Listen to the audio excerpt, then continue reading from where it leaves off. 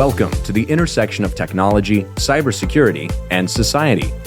Welcome to ITSP Magazine. You're listening to a new Redefining Security podcast. Have you ever thought that we are selling cybersecurity insincerely, buying it indiscriminately, and deploying it ineffectively? Perhaps we are. So let's look at how we can organize a successful InfoSec program that integrates people, process, technology, and culture to drive growth and protect business value. Knowledge is power, now more than ever.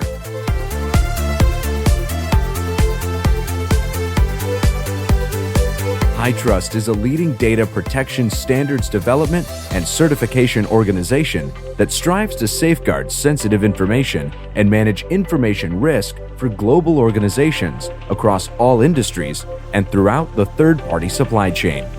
Learn more at hitrustalliance.net. Imperva is the cybersecurity leader whose mission is to protect data and all paths to it with a suite of integrated application and data security solutions. Learn more at imperva.com.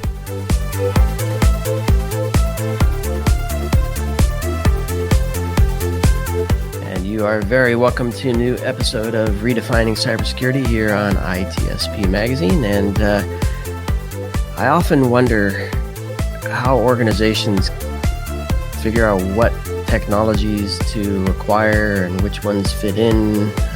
Are they replacement? Are there overlaps? Are they features or products or solutions? And how does anybody make money? How do investors get a return? There's a big topic, a lot going on in the cybersecurity industry.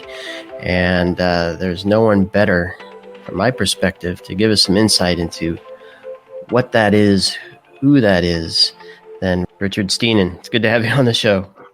Awesome to be here. So obviously I gave folks a little preview of some of the things we might talk about. I mean, there's so much there, so much going on, so much coming, I would suspect that we're not going to get to it all today, Richard, but we'll do our best to highlight some of the key things now, and we'll see where the conversation goes. And who knows, maybe folks can point us in a direction where to go on a following episode. But before we get into it, a few words for the few that haven't met you yet, Richard. What have you been up to? What's going on? Yeah, so if you haven't met me, just know that I'm a industry analyst. That means that, not only am I fascinated by security, but I'm fascinated by the vendors, the founders, the startups, the investors, in this space, and what's driving the space. What are some of the fundamentals, underliers? Why is security different from every other space? And it takes a while to realize that it's because it has outside drivers. So the world of cybersecurity is unlike disk drives, right? Which just have industry drivers, right? It's disk drives, and storage of any sort is all about denser and denser storage at lower and lower cost. And same with compute for AWS. It's just get it cheaper and cheaper. In the security world, we play in a world that's got threat actors that continuously pump up the market because they're trying to work around the existing technology and come up with new ways to attack enterprises and consumers. And then the vendors, come out of the woodwork to address the problem. Sometimes the existing ones can do a quick change and address it right away. Or a brand new field of vendors come up and get financed to address the new problem. And that's a never-ending cycle. I like to say, the industry is not going away. It won't consolidate to a few big vendors until the threat actors go home. And that's not going to happen anytime soon.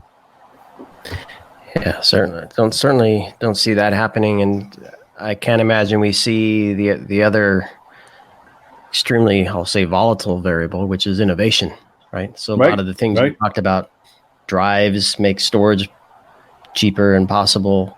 Cloud compute makes compute in the cloud and other things possible, and all that changes how things connect and work and the Completely. exposure increases. And so, Yeah, that's why hence, now we have a complete IoT security industry, right? 107 vendors, all stratified into the classic endpoint, network, identity, all the same mirrors of the entire industry, but now applied to pretty hard to manage devices.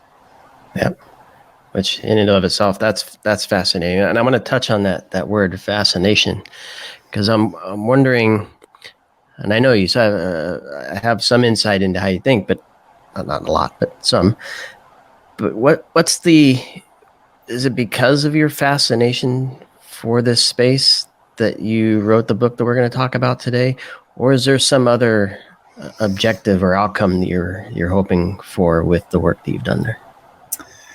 I think, as a lot of people get older, they like to certainly like to pontificate, and that's in my brain now that I'm an industry analyst, which I have been for 22 years.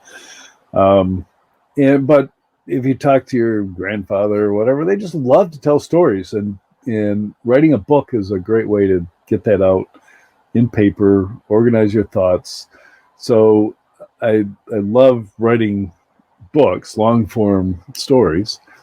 And the idea for this book, though, came, I was at RSA in 2019, signing books in a booth. I had just written a book on secure cloud transformation. And I just was overcome with this feeling that, wow, this is so great. Hundreds of people come in line to get a book that I wrote. I want to have a book next year. What should it be? And then I was walking around the booths, and I met several startups. They'd tell me what they do, and I could say, oh, like so-and-so from 2003. And they go, who's that? So they didn't even know the startups had done the exact same thing and either succeeded or failed that had come 20 years before them. And so then I realized, well, the book's going to be a history of the IT security industry. So that was kind of the genesis of it, all in one day. I need a book. What should it be? Oh my God, these people really don't understand what went before. So I need to do what I can to teach them. And I love it. And I've been in the space quite a while, so I probably know many of the players that you include in the book. Oh yeah. So it'd be a walk down memory lane for someone like me. Sure would. Someone who's been in this path. But how important in your mind is it to have a view of the history of this market as we press forward doing new things? Oh, absolutely important, right? You have to build that experience. The one thing about if you get into security, I've always said, by the time security is growing so fast, by the time you've been in it for a year, you're already more experienced in security than 25% of the people that are in security, right? Because there's so many people coming on board all the time. So you can gain expertise and maturity in the field quickly. But unless you understand how we got to where we are, first of all, you're not going to be able to talk to the old guys, because when you're talking about identities, they'll start talking to you about RACF and ACF2. When you start talking about digital certificates, they'll say, oh, you mean like VeriSign? And you go, I've never heard of them, because of course they're not selling certificates anymore. But you have to know the origin of those businesses. Or, you might not think of Checkpoint Software as the pioneer that the three founders, Gil, Marius, and Shlomo were. They literally invented the gateway stateful inspection firewall that practically every firewall is nowadays. They patented it. For some reason, never enforced the patent. But not only that, but they invented the security channel. They had to go out and meet with every ISP in the United States and sign them up to resell Checkpoint firewalls. And that's the same channel that exists today. It's the channel that every vendor wants to plug into. Checkpoint can protect the channel from new vendors, as they did with Palo Alto, or tried to do.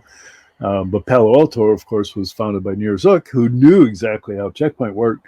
So he went to market with a application identifying gateway thing that sat behind your firewall. And it was a Trojan horse play. And Checkpoint didn't stop him from using their channel. And he got totally deployed through the channel and then just displaced all the Checkpoint firewalls where he was deployed. It was a brilliant move. Two things. I'll stick with this one first. So just this idea, you mentioned one of the folks who know the space move on and do something new. Do you see a lot of that still, where either companies succeed, they will typically get acquired, and then those founders move on and create something else? Yep. I'm sure you see a lot of that, but do you see it in directly competitive ways a lot, or tangentially competitive ways, or do you see folks kind of going anywhere and everywhere and they just leverage their you see both. If you're what I see happening so often, and Yearbook's a great example, right? Because he actually started one of the first IPS solutions after he left Checkpoint, and that IPS solution got acquired by NetScreen. And then some Gartner analysts, me, made NetScreen the only leader in the Magic Quadrant because they had IPS, which is where I wanted to see the firewall market go. And then eventually he got fed up with NetScreen and he left to create Palo Alto Networks. And there was a big lawsuit. NetScreen, owned by Juniper Networks, sued him. They eventually settled. We don't know what the settlement was, but that was an exact case of, I'm just going to do it again, but this time it's going to be mine, and I'm going to, make $1 billion instead of tens of millions of dollars. And that goes on all the time. Look at the founders of another one. Basically, the guys who founded Big ID, sold it to IBM, and then later on started up Tanium. A endpoint patch configuration management solution, just like Big ID. So that happens a lot. Sometimes they'll pivot. They'll just, especially Israeli founders, they'll, like the guys who founded Aorta, they sold very quickly to Microsoft. It was Active Directory defense. And Microsoft acquired them for several $100 million after only about 18 months. So those guys are wealthy, right? Now I'm finding them everywhere because they're all doing their own startups. And it's so easy for them to get funding, right? Because they have a track record. And it's so much easier than somebody doing it the first time. They're the ones who get the $100 million funding rounds. So yeah, it's a blast to, and it's great if you're in the industry for a long time because everybody tends to know each other. Yeah. Other than Boston, for some reason, nobody knows anybody in Boston, and they only know each other, and they don't talk to the rest of the world. I don't get that. Interesting. They know their cousin from Boston. Right. That's right.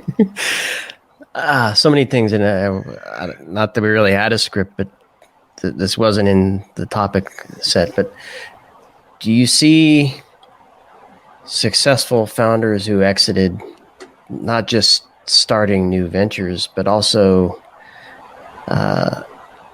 starting up funds or seeding other ventures, even if it's not under their own control? Do you see a lot of that happen? Yeah, absolutely. The most of the successful startup founders do become investors, I've noticed. They put most of their money into some managed retirement accounts or trusts, or some of them family offices, which is what super wealthy people do with their money. But quite a few, like there's a group in Israel that's all founders, and they all make investments together. Shlomo Kramer, founder of Checkpoint, invests in lots of startups and still creates his own startups. I think Marius Nack does as well from Checkpoint. So that goes on a lot. And the one question you didn't ask is, do they ever just retire and hang up their hat? That happens too. It's disappointing when they do that, because they could offer so much more to the industry, but I guess they get burned out, and life is more important than doing another startup. Yeah, it's hard to argue if they've been going at a significant clip for a really long time. Yeah, right, exactly. They probably have and super innovative is can be taxing on the brain, I would think too. Yep, and their family probably is ready to spend some time with him or her. So yeah. So where you talk about bringing value to the industry. Clearly, investments help drive ideas. Some succeed, some don't. What beyond the money do they bring? And you mentioned the channel. Maybe that's one area. But what else? What else do they bring to the table? Yeah, the most important thing is the money. But if a previous founder invests in you, then of course you get their network. The other investors see that. Even the customers will see that, right? If it's a big name investor with the previous experience, then all of that person's previous customers will pay attention. So it could be a door opener for your first enterprise customers. So super in the connections, that they have inside the rest of the investor community. And yeah, it really works. And I think it works better than the professional VC firms who are just financial people who've been doing it for a long time. And they always claim it's so valuable. They bring their Rolodex, and I don't see that very often. But yeah, if you get a previous founder investor, it's a really good thing. Yeah, a relationship is different than a Rolodex. That's right. All right, Richard, let's get to the book, because I mean we're already talking a bit history, and I presume. Oh yeah, I've been giving you stories from the book. Right, they're all in there. so give me first the Security Yearbook 2021 version edition, if I'm not mistaken. That's the one that's in print, and I'm in final edits of the galley proofs for Security Yearbook 2022, which is coming out in May. Love it. Yep. So we'll, for folks interested, we'll include links to the book available and to your site, Richard, so they can keep up to date for the new one. Give us the structure of the book. How do you envision people reading it? Yeah. So the structure of the book is laid out in the layers of security defenses, which is how I also categorize the vendors. So there's chapters on the history of network security, endpoint security, identity and access management, governance, risk and compliance, managed security services. So all 16 of the categories that I follow. But it's prefaced with just a short history of the entire industry, and then we get into each of that. And then interlaced in each of those sections are stories either written by or transcribed by me of pioneers' stories. So that's how I have David Cowan at VeriSign and Shlomo Kramer or Gil Schwed, founder of Checkpoint. Barry Schrager, who created ACF2 and by extension RACF. And so I want to collect all those stories, which is nice to change a voice inside a history book and get the real story from some of the people that really founded the industry. Amit Yoran, I interviewed because of his early experience starting Riptech, which was one of the first MSSPs, which sold to Symantec. And of course, then he went on to become the cybersecurity czar for one of the Bush administrations, I think. And then he left and started NetWitness, or took NetWitness commercial. And now he's CEO of Tenable. So he's got this great history of all the things he's done that I think a lot of people should know about. Now, the important part of the structure, of course, is that's the first half of the book. Second half of the book is the directory of now 2,850 cybersecurity vendors, also broken down into those categories. Which is incredible that there's that many. So really let me ask this. Let me ask this first question before we get into the categories. Looking,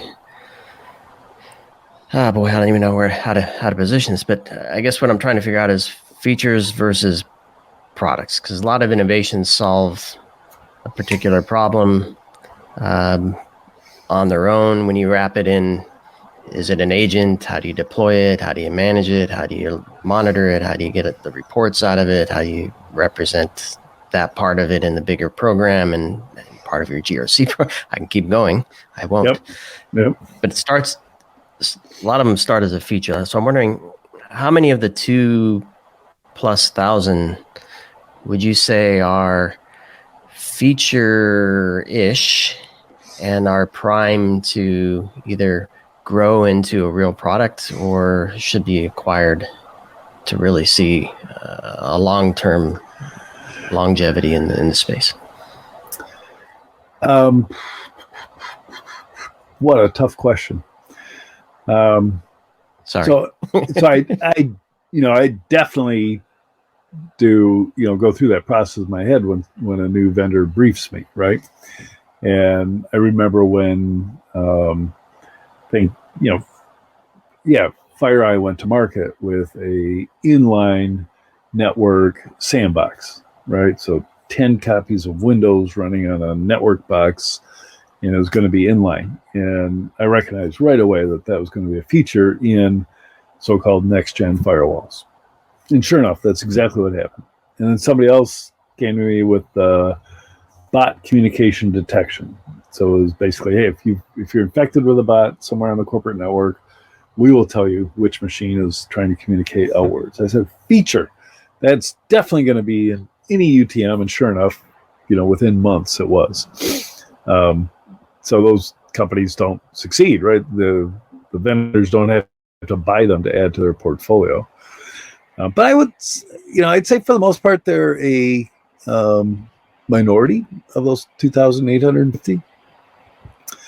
There are still questions. For instance, I'm looking deeply at API security vendors. So they've got solutions to a new problem in that, most traffic is API traffic, and most organizations have hundreds, if not thousands, of APIs, between all their machines talking to each other. And they're starting to recognize pretty early, I think, that there's a security issue here. So they're now, I've counted 20 standalone API security companies, Neosec, Salt Security, No Name, Apiro, it goes on and on. But there are also companies like Imperva and Veracode that also have API security. So they're treating it as maybe not a feature, but as a part of a suite of solutions.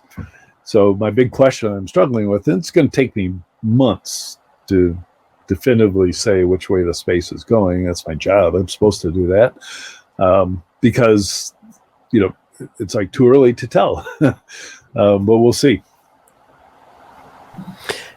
Yeah, so I'm going to pivot here now because okay, if it takes you, this may just be a tangent, but if it takes you all this brain power, which you're dedicated to do, and it takes you months, I don't know how many, multiple months to kind of formulate what's there. Well, it's been years, I would think, to get to the 2022 edition.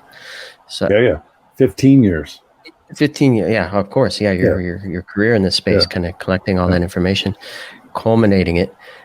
I wonder how do organizations?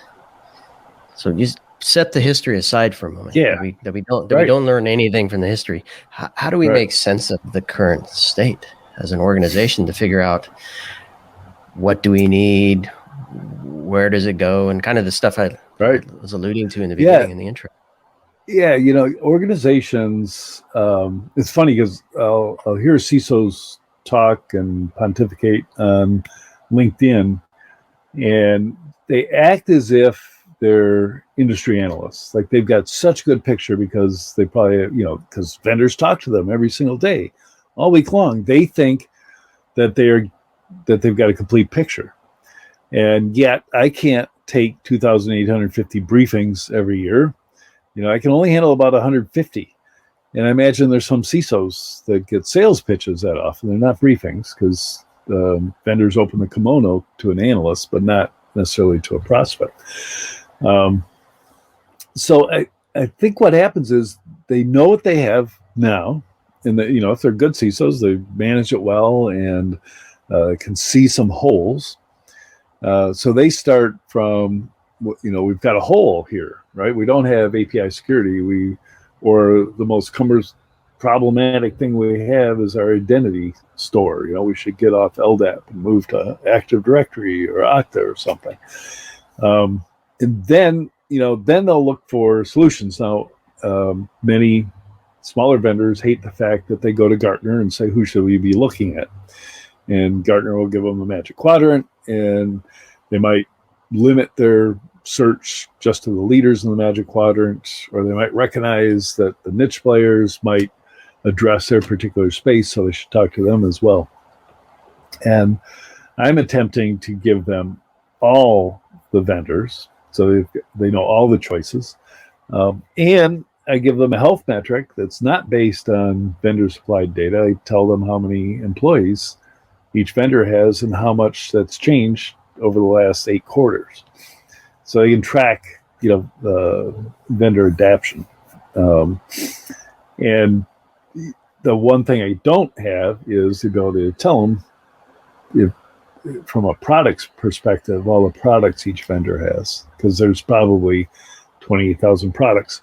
And the hardest task in compiling all this data is first deciding what the vendor does, because you would think you would just go to their website and it would say right there what they do. They don't.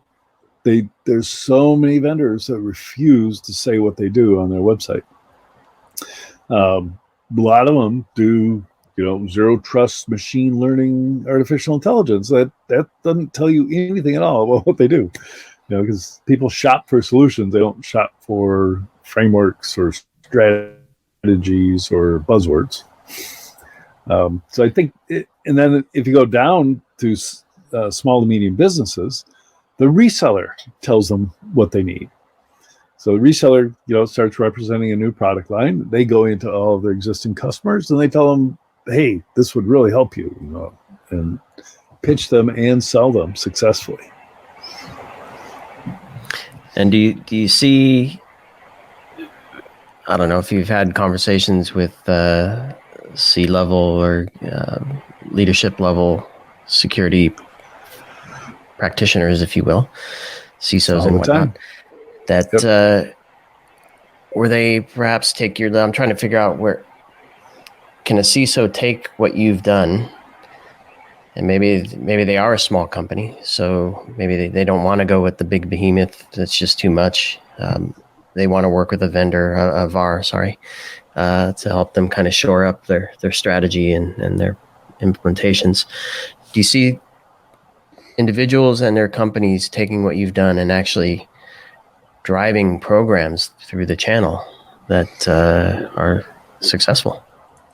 Yeah, I do all the time. There was a CISO at a big financial services firm who reached out to tell me that, he had just gotten a copy of Security Yearbook 2020, and Symantec had been, just blatantly just cutting off their products, right? After Symantec got acquired, the acquirer Broadcom wanted to rationalize the company, so they started getting rid of and stopped supporting a lot of their products. And they cut them off on their two-factor authentication solution. So he just cracked open the book, looked at all the two-factor authentication solutions, and called a few and selected one. And they, all in a day, right? That's just how they did it. So, and now it's hard to do that just knowing what the specialty of the vendor is. But to address that, I'm building a app that people can subscribe to, website, and they can basically put in their search criteria and get the lists and contact information for the vendors that they need. Yeah, that's it. I mean, just the directory in and of itself is probably a huge asset. I could talk to you for hours. I think we will over a period of time. I'd like to come to a close on this. Maybe a little tease from you, and then maybe in a month or so we can connect again as we get close to your release date on the 2022 edition. All about the categories for a moment. Any new, and I'll just put this out, you can kind of answer it however you want. Any new categories, areas where you see categories consolidating, or a category that's like super competitive? Yeah, sure. To be aware of any of those would work. I already mentioned the API security. I have a strong feeling that's going to be a 17th category that I break out separately. And then for years, I've beaten up journalists in particular for leading off their articles on, say, Symantec acquiring somebody with the line, in a sign of continuing consolidation in the cybersecurity industry. The industry is never consolidated. That's what happens, to the disk drive manufacturers. They consolidate. That's what happens to hotel chains. That definitely is what happened to automotive companies here in Detroit 100 years ago. There used to be 104 of them, and they consolidated to 4 in the U.S. And now there's only 2 of them that are actually U.S. companies. So the space doesn't consolidate. It's just continues to spawn new vendors and grow. But last year, total employment in the endpoint security space shrunk for the first time, went down 5 or 6%, and that surprised me, because I've never seen that happen before. And you start digging into it and you go, sure enough, the industry is finally consolidating. I always used to say, if Symantec buys Trend Micro, another antivirus vendor, that's consolidation. But no, Symantec would buy some firewall vendor or something, right? That was expansion. And there have always been 100 antivirus vendors. And why didn't somebody consolidate them into one big antivirus vendor? Only makes sense. But for various reasons, that never happened. And now it is happening. 7 of the rather large antivirus vendors have been acquired. Last year, what's left of Symantec acquired Avast for $8 billion. A huge, huge acquisition. Of course, Symantec is now called Norton LifeLock, because what they actually do is sell you this stupid protection for your credit score. And now, that's consolidation. It is finally happening in endpoint. The other driver, of course, is Windows Defender is good enough security on a modern machine, so you don't need to buy a Symantec or McAfee or Trend Micro for your new PC. And on top of that, CrowdStrike and SentinelOne and Cybereason are giving you better tools for your enterprise EDR solutions. So, kind of interesting that that's going on. Now, here's a category that I fully expected to start in 2021, and there's no sign whatsoever of it developing. And that is, what do you do about the SolarWinds breaches? So SolarWinds, super sophisticated attack from a nation-state actor, and they modified the code to put simple backdoors in it, just a few lines of code, and then it got compiled, packaged, digitally signed, and sent to their customers, who of course know that the best security practice is to update your code as soon as somebody sends you a patch. The faster you do it, the better. And that code introduced the backdoor to 18,000 SolarWinds customers. And there are tons of solutions that people want to sell to SolarWinds. Hey, you should do a better job of protecting your dev environment and your Git repository and, a lot of that, right? But that doesn't do anything for the poor enterprise consumer of all these software packages, right? They have hundreds or thousands that they're installing patches for all the time. How do you check to make sure that a new patch that just came in doesn't introduce a backdoor? And, my answer is, don't install the patch, right? Then you will never get hit by a malicious update. But you have to install the patches because they've got feature improvements and they've got fixes for security vulnerabilities. So how about we don't install it for 9 months? That wouldn't have stopped SolarWinds because it took 9 months for the deployment to happen and for them to kick off exploiting their backdoors. Okay, what if we put it in a sandbox? Same thing. Well, the bad actors know how to avoid sandbox environments by just not triggering until they know they're out of the sandbox. So that's difficult. And the only thing I've come up with other than those things is we're going to reverse engineer the code.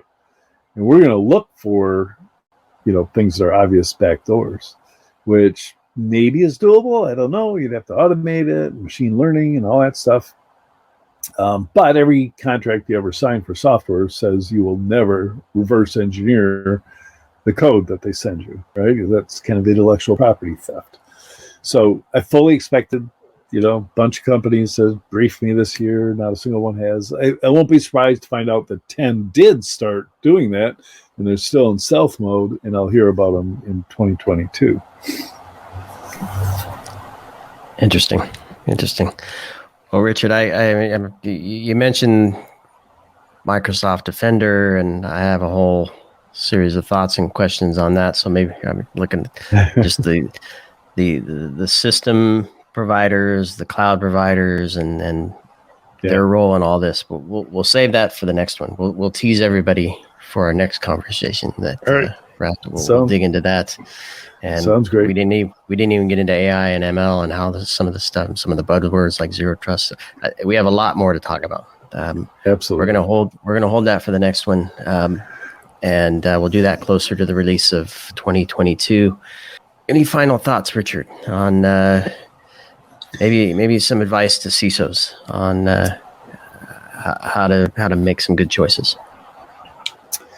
Really do pay attention to those industry analysts that are trying to make sense of the industry, so filter that out. If you're not a Gartner client, there's plenty of independent analysts. And of course, most CISOs talk to their peers. Do a little bit of, I know what I want and I'm an expert, but acknowledge that there are different perspectives that could help you tackle some of the problems you have, right? It's, if you talk to me, and if you come and talk to me about establishing risk management, framework for your business, I'll tell you, don't do it. Waste of time, waste of money, and you won't be any more secure. So stop talking that way. And maybe that's valuable to hear. Sometimes if you're a risk management lover, then maybe I can talk some sense into you. It's hard for me to hear. I don't know if I want to have that conversation with you, but maybe we need to. See, you at least listen, go, okay, I get it. Yeah. All right. Well, you've got me thinking there on that one now.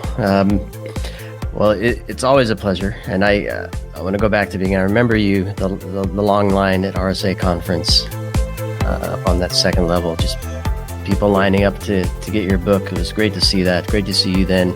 Hopefully we'll be able to Likewise. do that. We have the conference coming up in June. I hope so. I've got a room reserved, so we'll see. Look at that.